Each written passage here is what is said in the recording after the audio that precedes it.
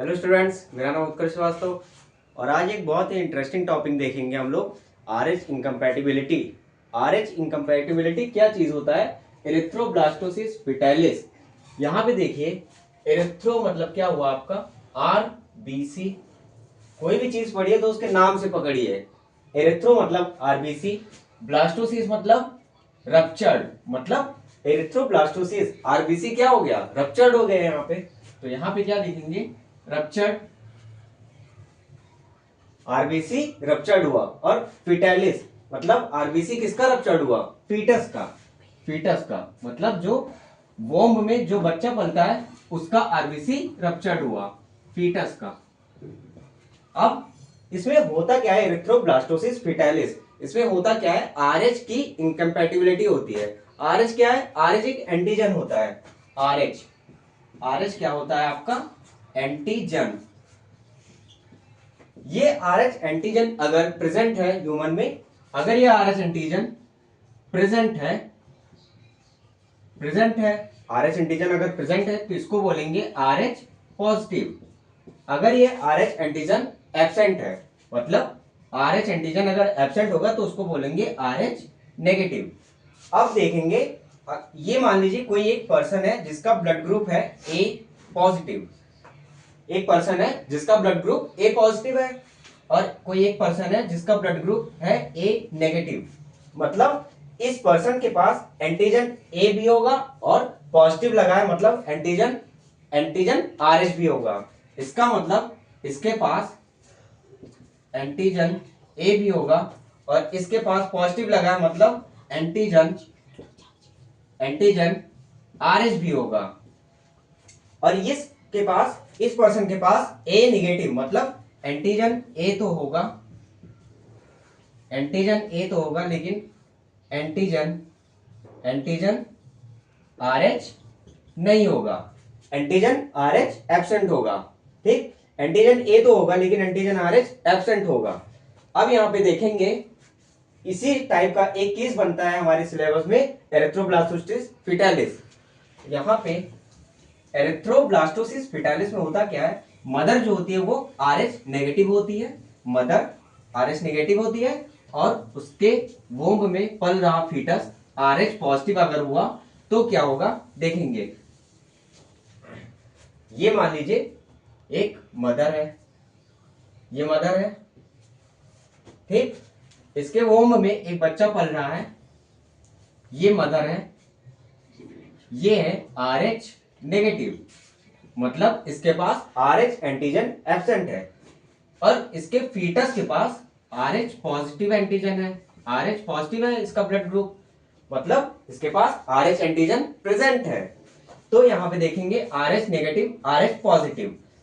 अब क्या होगा? जब ये फर्स्ट चाइल्ड है, ये जो इसकी जब डिलीवरी होगी, मतलब ये जब इसका डिलीवरी होगा, इस चाइल्ड का डिलीवरी होगा, तो ये नॉर्मल रहेगा फर्स्ट चाइल्ड। ये क्या होगा? फर्स्ट चाइल्ड नॉर्मल रहेगा। अब इन ये फीटस और ये मदर, मतलब मदर मतलब मैटरनल ब्लड, तो क्या होगा? फीटस का blood, foetus blood and maternal blood. Maternal मतलब मदर का ब्लड, फीटस का ब्लड और मैटरनल ब्लड, ये किससे सेपरेट होते हैं? यहां पे प्लेसेंटा होता है। Maternal blood separated by separated by separated by placenta, separated by placenta. होता क्या है? जब मदर आरएच नेगेटिव और फीटस आरएच पॉजिटिव होगा, पहला चाइल्ड आरएच पॉजिटिव होगा, तो डिलीवरी नॉर्मल हो जाएगी। लेकिन क्या होगा डिलीवरी के टाइम? क्या होगा? इस फीटस का ब्लड, थोड़ा सा ब्लड प्लेसेंटा के थ्रू मदर में चला जाता है। तो यहां पे क्या होगा? ये आरएच पॉजिटिव के, ये आरएच पॉजिटिव मदर के ब्लड में जब जाएगा तो मदर का ब्लड क्या करेगा? आरएच पॉजिटिव को पहचान नहीं पाएगा, तो ये मदर का ब्लड आरएच पॉजिटिव के अगेंस्ट एंटीबॉडी बनाने लगता है, जिसको बोलेंगे आरएच एंटीबॉडी। ये क्या करेगा? ये मदर क्या करेगी? आरएच एंटीबॉडी बनाने लगेगी। कब? जब इस फर्स्ट चाइल्ड की डिलीवरी हो जाएगी। क्या होगा यहाँ पे? जब ये फर्स्ट चाइल्ड की जब यहाँ पे डिलीवरी होगी तो फर्स्ट चाइल्ड नॉर्मल रहेगा और ये मदर क्या बना चुकी होगी तब तक? RH antibody. अब क्या होगा यहाँ पे?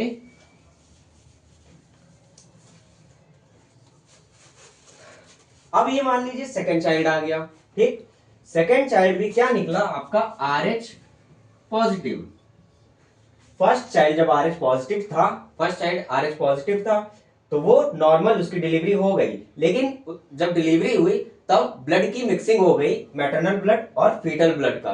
तो क्या हुआ, इस RH पॉजिटिव के खिलाफ मैटरनल ब्लड में क्या होने लगा, RH एंटीबॉडी बनने लगा। जब इसके ब्लड में RH एंटीबॉडी बना, फिर जब दूसरा चाइल्ड भी RH पॉजिटिव निकला, जब ये दूसरा चाइल्ड भी RH पॉजिटिव निकला, तो अब क्या होगा, ये RH पॉजिटिव जब इसकी डिलीवरी होगी, मतलब ये सेकंड चाइल्ड है, ये क्या है आपका सेकंड चाइल्ड, उसी सेम मदर में सेम RH नेगेटिव है, और दूसरा चाइल्ड जब RH पॉजिटिव सेम हुआ तो सेकंड चाइल्ड की डिलीवरी नॉर्मल नहीं होगी। फर्स्ट चाइल्ड की डिलीवरी नॉर्मल हो गई थी, सेकंड चाइल्ड की डिलीवरी ये नॉर्मल नहीं होगा, ये नॉर्मल नहीं होगा। ये जो सेकंड चाइल्ड है इसको क्या हो जाएगा, एनीमिया।